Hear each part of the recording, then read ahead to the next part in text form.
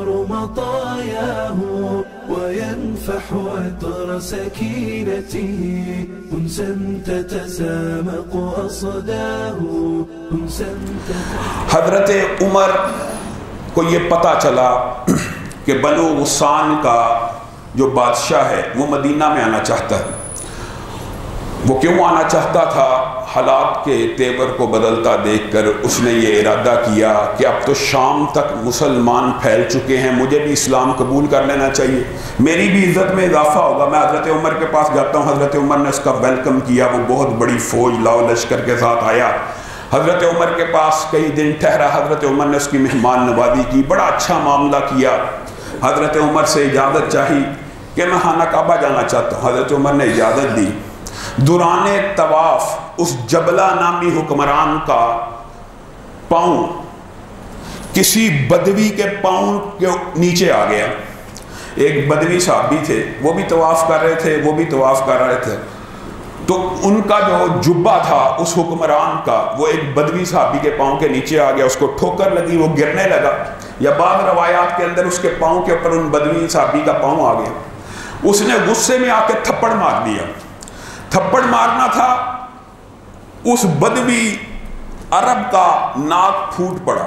وہ حضرت عمر کے پاس مدینہ میں آ کے مقدمہ لے آیا کہ حکمران بنا پھرتا ہے، میرے منہ پہ حرم کے اندر تھپڑ مارا ہے، اس کا مجھے بدلہ چاہیے۔ حضرت عمر پتہ بھی ہے کہ ابھی تازہ اسلام قبول کیا ہے، نیا حکمران ہے، اس کو طلب کیا، سارا معاملہ اس کے سامنے رکھا گیا کہ یہ واقعہ ہوا۔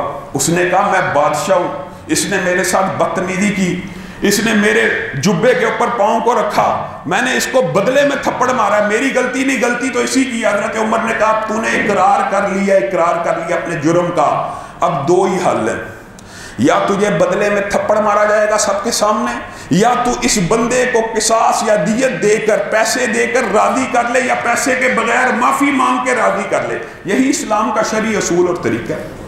اس نے کہا عجیب و غریب بات ہے، میں نے تو اسلام کو قبول کیا تھا اس لیے کہ میری عزت میں اضافہ ہوگا، یہ کیا معاملہ ہے؟